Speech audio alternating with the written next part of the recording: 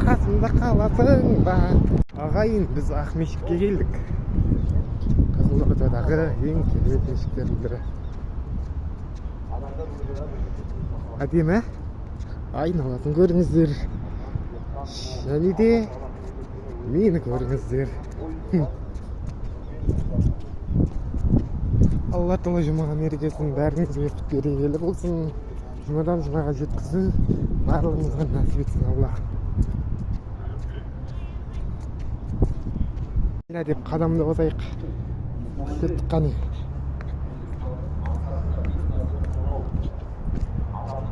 Әдемілігін, үлкендігін қараңыздар. Қандай керемет. Үлкен зәулім мешіт.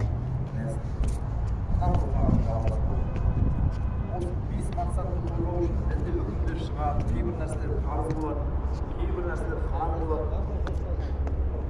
Мысалы, ұрпақтың жалғасуын сақтау үшін Алла Тағала бізге нені парыз етті? Үйленуді парыз етті. Бұл үйлену ғибадат бір жағынан. Оған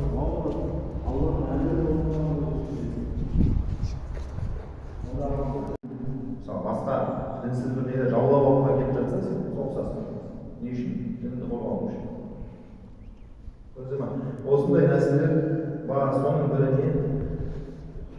Адамның ұрпағын сақтау.